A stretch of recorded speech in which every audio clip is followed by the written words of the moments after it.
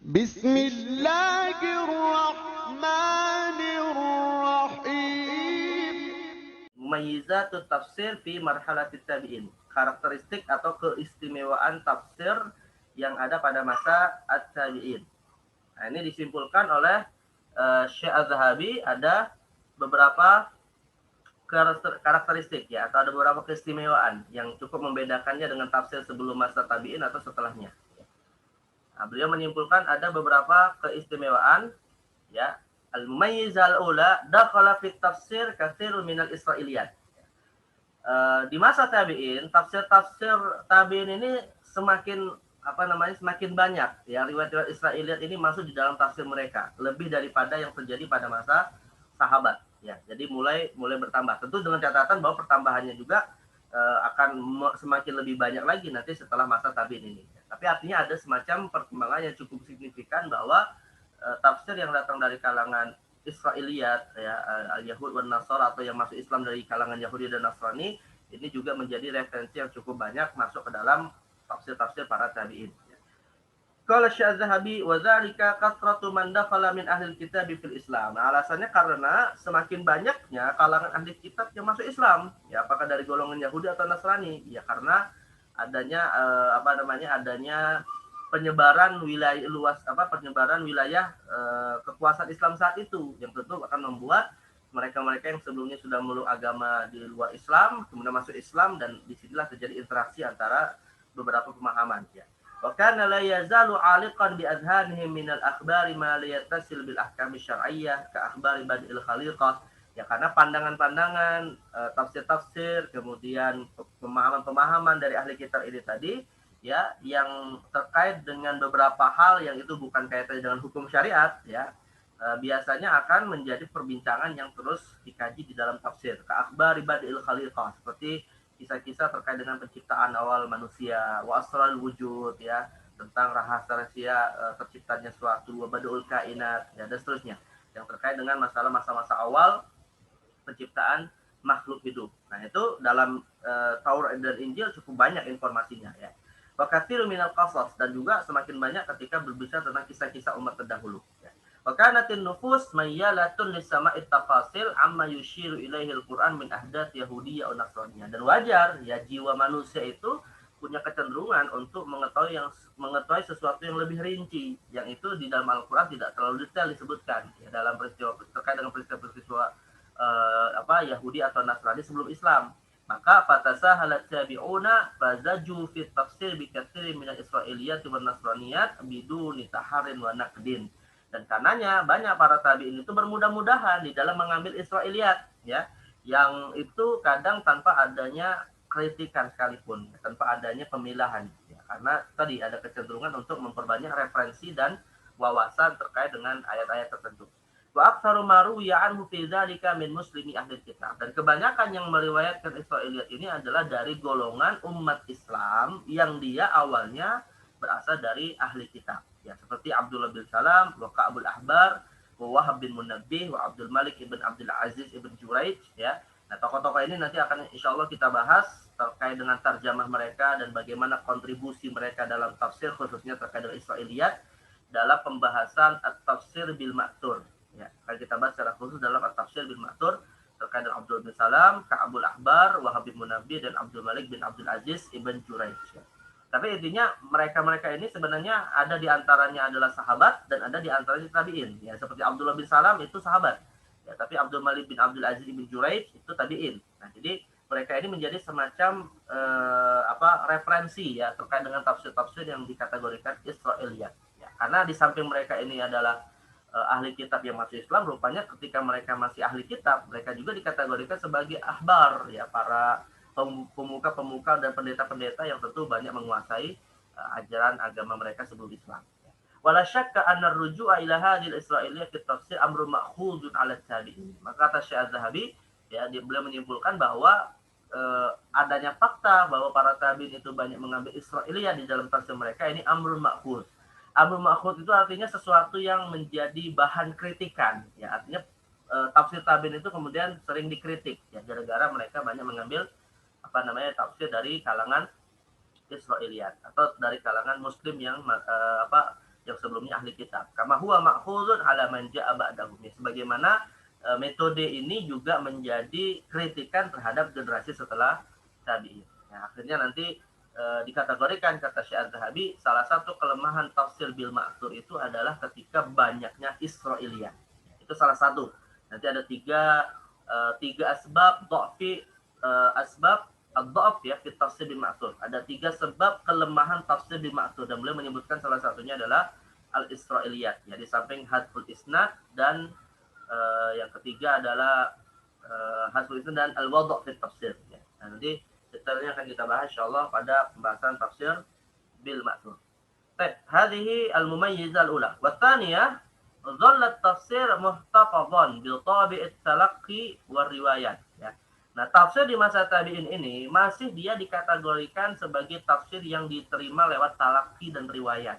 Jadi belum menjadi suatu tafsir yang ditulis kemudian sumbernya ijtihad gitu ya. Jadi kebanyakan metode dalam tafsirnya itu tetap mengatakan, misalnya seorang mufassir dari tabi'in mengatakan qala Ibnu Abbas, qala Ibnu Mas'ud, qala Ali bin Abi Thalib, atau menisbatkan kepada sama tabi'in yang lebih senior. Jadi masih dia didasarkan kepada riwayat ya, haddatsana. Nah, ini masih menjadi salah satu karakteristik yang masih ada di masa tabi'in ya. Qala Syekh Az-Zahabi illa annahu lam yakun talaqqiyan wa riwayatan bil ma'na syamil kama huwa asya'an fi asrin Nabi SAW ya, bal kana talaqqiyan wa riwayatan yaghlibu alaihi ma tabi al-ikhtisas ya. Hanya saja yang membedakan ya terkait dengan kondisi periwayatan tafsir antara masa tabi'in dengan sahabat adalah kalau untuk masa sahabat maka mereka ini menafsirkan ayat ya dengan dinisbatkan kepada sahabat itu tanpa membatas-batasi wilayah. Jadi bisa saja sahabat yang dari Mekah akan meriwayatkan tafsir dari sahabat yang di Madinah. Bisa juga yang dari Madinah dari Mekah dan bahkan wilayah-wilayah yang lain. Artinya tidak dibatasi pada wilayah-wilayah tertentu. Tapi kalau di masa tabi'in ini sudah muncul ya tabiul ikhtisas. Sudah muncul adanya tafsir yang diriwayatkan hanya dalam batas-batas wilayah tertentu yang termasuk dalam hal ini adalah 3 madrasah yang sudah kita bahas sebelumnya. Ya fa ahlu kulli Misr ya'nuna biwajid khas bitalaqi wa riwayat imami misrihim. Jadi Misr di sini maksudnya bukan negara Mesir ya akhwat. Misr di sini maksudnya wilayah. Jadi suatu di kalangan tabi'in yang tinggal di suatu wilayah itu biasanya akan banyak meriwayatkan hanya dari imam ya kalangan sahabat ataupun senior tabi'in yang tinggal di wilayah tersebut. Fal makkiyun ani bani Abbas wal madaniyun an Ubay wal iraqiyun ani bani Mas'ud. Ya, yang tabi'in dari kalangan Makkiyun yang tinggal di Mekah, maka kebanyakan riwayatnya dari Ibnu Abbas. Nah, begitu juga dengan dari kalangan Madaniyun dari Ubay dan dari kalangan Iraqiyun dari Ibnu Mas'ud. Nah, jadi mereka ini sudah memiliki semacam pembatasan yang sifatnya tabi. Tabi itu artinya sifatnya ini ya naluri atau sesuatu yang tidak disengaja gitu ya. Memang wajar karena wilayah Islam semakin luas maka kemudian informasi yang diterima pun kalau sudah didapatkan di wilayahnya ngapain juga nyari di wilayah yang lain, istilahnya begitu. Jadi ini menjadi sebab munculnya madrasah-madrasah di kalangan tabi'in. Baik, tapi tetap didapatkan menggunakan metode at-talaqqi war riwayah. Kemudian yang ketiga, zaharat fi hadzal 'asr nuwatul khilafil madhhabi. Ya, pada masa ini juga muncul benih perbedaan mazhab. Ya. Nah, ini ya akhwat, biasanya Syekh Az-Zahabi itu kalau menyebutkan kata mazhab dalam masalah tafsir biasanya ya, walaupun tidak dalam konteks seluruhnya, adalah maksudnya mazhab dalam bab akidah. Jadi bukan mazhab dalam bab fikih. Maka kalian kalau membaca kitab At-Tafsir wal Mufassir secara keseluruhan, itu porsi terbanyak kajian beliau adalah terkait dengan mazhab akidah yang beliau bahas dalam tafsir bil ma'thur dengan tafsir bil ra'i. Ya, nanti insyaallah akan kalian pelajari di studi naskah tafsir 3 ya terkait dengan corak tafsir mazhabi. Nah, ini maksudnya adalah akidah. Ya, akidah di sini apa? Ya mazhab-mazhab akidah seperti Ahli Sunnah, Mu'tazilah, Khawarij, ya kemudian Syiah ya. Dan Syiah nanti ada pecahan-pecahannya lagi, ada Syiah Zaidiyah, Syiah Imamiyah Itsna Asyariyah, Syiah Imamiyah As-Sabaiyah, Ismailiyah, dan berbagai macam mazhab ya yang mereka punya kontribusi di dalam tafsir. Nah, pada masa tabi'in memang sih nama-nama mazhab yang tadi kita sebutkan belum menjadi suatu mazhab yang memiliki ajaran yang mandiri ya, memiliki ajaran yang sudah menjadi suatu madrasah khusus. Tapi benihnya itu sudah mulai muncul sejak masa tabi'in. Bahkan sebenarnya sudah muncul sejak masa akhir-akhir sahabat ya, dan semakin kemudian berkembang di masa tabi'in dan generasi setelahnya. Nah, jadi muncullah mazhab-mazhab akidah ini yang akhirnya berkontribusi kepada munculnya berbagai macam tafsir yang dimaksudkan untuk menguatkan ajaran mereka.